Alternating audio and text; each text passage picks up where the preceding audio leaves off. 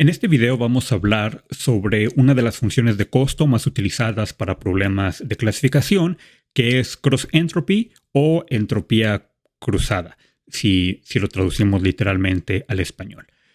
Como menciono, esta función de costo es muy común en problemas de clasificación. Por ejemplo, en este caso, es un ejemplo muy sencillo de una clasificación binaria.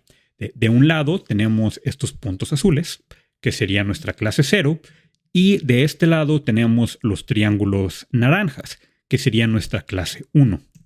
Y el objetivo es encontrar una línea que nos pueda dividir este espacio en dos secciones. Todo lo que se encuentre a la derecha de esta línea va a ser considerado como clase 1 y todo lo que se encuentre a la izquierda de esta línea va a ser considerado como la clase 0. Y el objetivo en Machine Learning en un problema de clasificación es justamente encontrar este estimador. Este estimador es una función con parámetros θ y esta x en este caso serían las coordenadas, nuestro vector de características.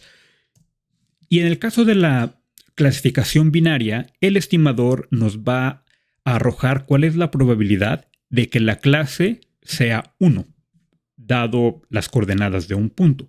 Lo que nosotros esperamos es que si el punto está ubicado en esta parte, la probabilidad de que la clase sea 1 sea muy alta. Y si el punto está ubicado de este lado, lo que esperamos es que la probabilidad de que la clase sea 1 sea muy baja.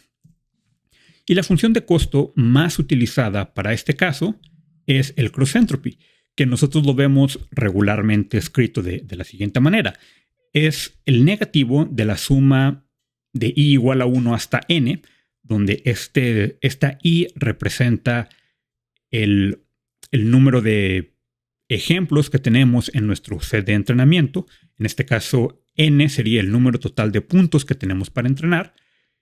Este yi va a tomar el valor de 0 o 1, dependiendo de la clase, y tenemos que se multiplica por el logaritmo natural de la predicción. Y esta predicción es regularmente esta probabilidad de que este punto tenga clase 1, más 1 menos yi, el logaritmo de 1 menos yi. Entonces, cuando utilizamos esta función binaria, regularmente nada más vamos a tomar uno de los términos, y esto se hace de manera automática. Si la clase es 1, vean cómo este término de aquí desaparece. 1 menos 1 nos queda 0 y se cancela esta parte, y solamente nos quedamos con el primer término. Y cuando la clase es 0, este término desaparece y únicamente nos quedamos con el logaritmo de 1 menos nuestro estimador de y, que en el caso de una probabilidad binaria, pues sería la probabilidad de que y sería igual a 0. Obviamente, esto se puede dar también para problemas de clasificación multiclase. Por ejemplo, aquí agregamos una clase número 3 y una vez más queremos tener este estimador. Y en este caso, la función de costo se ve un poquito diferente. Aquí, esta es una notación abreviada, que esta yi se refiere al punto de entrenamiento número i, y esta c indica la clase. Ese término de aquí indica la probabilidad de que yi sea igual a c. Esto es lo que nos va a arrojar nuestro predictor. Este yi, c es simplemente la función indicador que toma un valor de 0 si y1 es igual a c. Perdón, toma un valor de 1 si yi es igual a c, o toma un valor de 0 en cualquier otro caso. Por ejemplo, si nosotros consideramos esta como la clase 1, entonces, y este es el punto, digamos, i igual a 1, entonces la indicador de y1, 0, si estamos hablando de este punto, y esta es nuestra clase 1, clase 0 y clase 2, entonces es un indicador que es igual a 0, pues entonces vale 0 porque no es clase 0. El y1,1, como sí es clase 1, tomaría el valor de 1, y el y1,2 tomaría el valor de 0. Entonces, muy similar a la parte binaria, únicamente vamos a tomar el logaritmo de la predicción que corresponde a la clase. Ahora, esta función es muy poco intuitiva. En realidad, cuando vemos ya sea esta definición o la definición para un problema de clasificación binaria, ¿de dónde sale esta y multiplicada por un logaritmo? No tiene un sentido que sea muy fácil de ver. Y lo que vamos a tratar en este video es explicar justamente por qué utilizamos esta función y de dónde viene. Para poder hacer eso, necesitamos definir primero o mencionar un concepto matemático que se llama divergencia. La divergencia es una manera de medir qué tan similares son dos distribuciones de probabilidad. Por ejemplo, aquí nosotros tenemos una distribución normal, en color azul, una distribución normal o gaussiana, y tenemos una distribución de Laplace. Ambas tienen una media que está centrada en mu, es la misma media, y ambas tienen la misma desviación estándar. Sin embargo, podemos ver que no son iguales. Ahora, ¿qué tan similares son? El concepto de divergencia nos mide justamente esa similitud o disimilitud entre dos distribuciones de probabilidad. Y una de las divergencias más utilizadas es la divergencia de Kullback-Leibler, que se conoce como KL divergence en inglés o divergencia KL en español. Y esta es la definición de divergencia. ¿De dónde vienen las definiciones de divergencia? Ese es un tema todavía mucho más amplio de probabilidad y estadística, pero por el momento quedémonos con la definición, que es la integral sobre todos los valores de x, de la probabilidad de x multiplicada por el logaritmo de la probabilidad de x entre la probabilidad de la distribución q de x. En este caso, por ejemplo, si queremos medir la distancia de la distribución gaussiana a la de Laplace, la distribución gaussiana puede ser P, la distribución de Laplace puede ser Q, y entonces calculamos este término, esta integral, para saber qué tan similares son. Esta divergencia tiene la propiedad de que la divergencia va a ser igual a cero únicamente si las dos distribuciones son idénticas.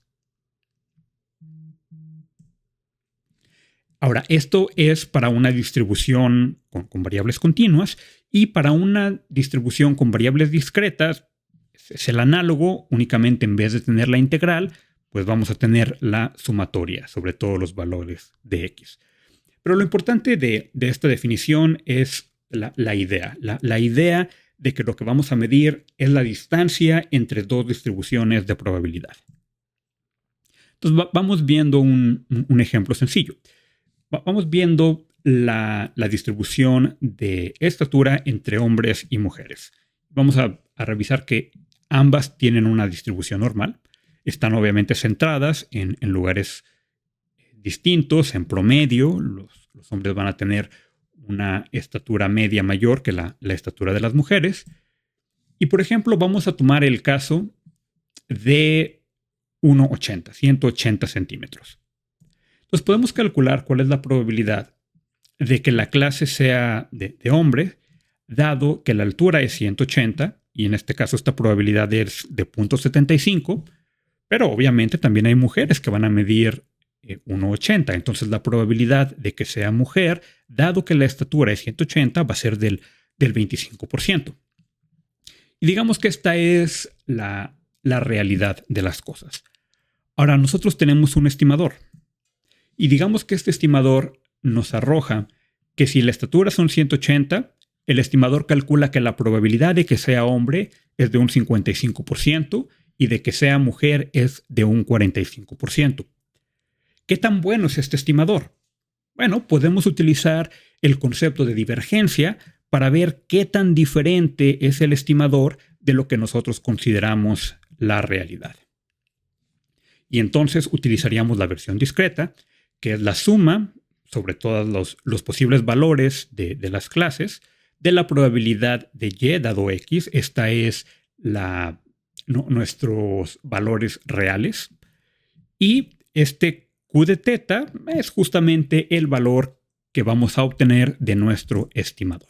Entonces, lo que nosotros queremos es encontrar justamente los parámetros teta que para esta x nos disminuyan la divergencia o la distancia entre ambas distribuciones de probabilidad. Entonces, si nosotros aplicamos la definición, pues quedaría de esta manera. La probabilidad de que Y sea igual a cada una de las clases multiplicada por el logaritmo de P sobre Q.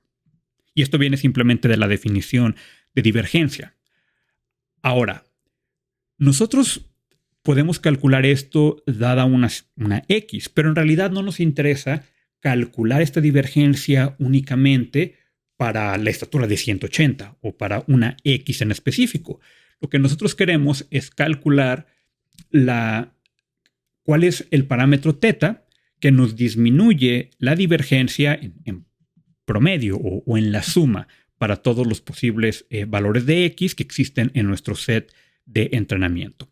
Entonces, lo que vamos a hacer es vamos a encontrar los parámetros que nos minimizan la divergencia, no para una X en particular, sino para la suma de todas las X. Por eso agregamos esta sumatoria aquí, que vamos a tener en todo nuestro set de entrenamiento. Entonces, de aquí es de donde nosotros vamos a obtener la función de cross entropy, manipulando esta definición de la divergencia. Lo primero que hay que recordar es que el logaritmo de una división es lo mismo que la resta de los logaritmos de ambos argumentos. Entonces, el logaritmo de P sobre Q es igual al logaritmo de P menos el logaritmo de Q. Después lo que podemos hacer es multiplicar esta probabilidad por cada uno de los logaritmos y la separamos en la suma. Sería la suma de esta probabilidad por el logaritmo de la probabilidad menos la suma de esta probabilidad y el logaritmo de la probabilidad de Q. Entonces, veamos cómo este término de aquí no depende de los parámetros θ. Entonces, nosotros podemos eliminar esto de nuestro problema de optimización, porque este término va a ser idéntico para cualquier valor de θ que escojamos. Entonces, la θ que minimiza esta función de costo es idéntica a la θ que minimiza únicamente esta parte, porque esto se vuelve una constante. Y de hecho aquí podemos ver que ya están básicamente nuestra función de costo de cross entropy para el caso de multiclase, para cuando tenemos C mayúscula, diferentes clases. Ahora nosotros tomamos nuestro set de datos de entrenamiento de X y Y. Supongamos que tenemos aquí el problema de tres clases. La clase 0, la clase 1 y la clase 2. Y vamos a asumir que aquí tenemos nuestro X0. Esta es una de las muestras de nuestro set de entrenamiento.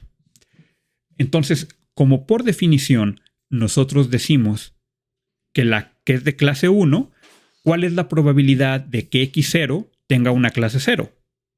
La probabilidad es 0. ¿Por qué? Porque el set de entrenamiento te está diciendo que esto es clase 1. Entonces, la probabilidad de que sea clase 1 es 1 y es 0 en cualquiera de las otras.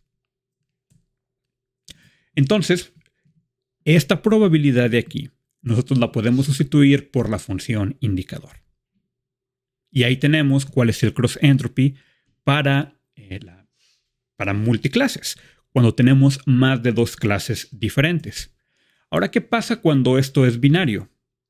Bueno, pues entonces, en vez de tener la sumatoria sobre todas las Cs, tenemos únicamente 2. Cuando Y es igual a 0 o Y es igual a 1, entonces en vez de escribir esto en forma de sumatoria, simplemente expandimos la suma. Y nosotros vamos a definir esta Y con el estimador de Y, que sea la probabilidad de que Y sea igual a 1, que en el caso de una distribución de un problema binario, pues la probabilidad de que sea igual a 0 va a ser 1 menos esta parte, ¿no?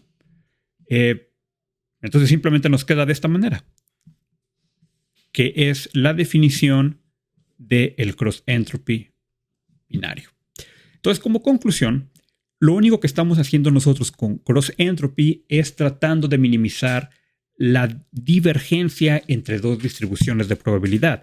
La distribución de probabilidad que viene de nuestro set de datos con la distribución de probabilidad que viene de nuestro estimador θ. Y por eso es que utilizamos el cross entropy. Entonces, si tienen alguna duda, déjenla en los comentarios y voy a tratar de resolver esa duda en siguientes videos.